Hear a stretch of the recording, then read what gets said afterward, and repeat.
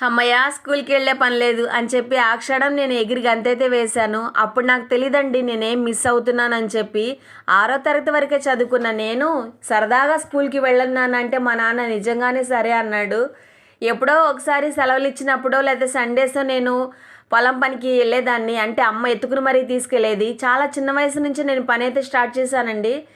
అప్పుడు నేనెప్పుడు స్కూల్ మానేశాను గదా! ఇంక తెల్లారి నుంచి పొలం పనికి వెళ్ళాల్సొచ్చింది. సరదాగా ఆడుతూ పాడుతూ వెళ్తున్నాం, వస్తున్నాం అనుకున్నా గానీ, నా లైఫ్ మొత్తం మిస్ అవుతున్నానని చెప్పి, ఆ క్షణం నాకర్థం కాలేదు. పొలం పనులు వెళ్తూ ఉండగానే నాకొకరోజు అయితే అనిపిచ్చిందండి. మా ఫ్రెండ్స్ అందరూ అదే దారిలో నా క్లోజ్ ఫ్రెండ్స్ బ్యాగ్ తగిలించుకొని యూనిఫామ్‌లో స్కూల్‌కెళ్తా ఉన్నారు. నేను మాత్రం కాలువ పక్కనే ఉన్న పొలాల్లో పనిచేస్తున్నాను. ఆ క్షణం వాళ్ళని చూసి, నన్ను చూసుకొని చాలా బాధపడ్డానండి. ఆ క్షణం నా తల వంచుకోవాల్సొచ్చింది. ఆ పరిస్థితి నేనెప్పటికీ మర్చిపోలేను. ఆ తర్వాత ఏమైందంటే చెప్తాను.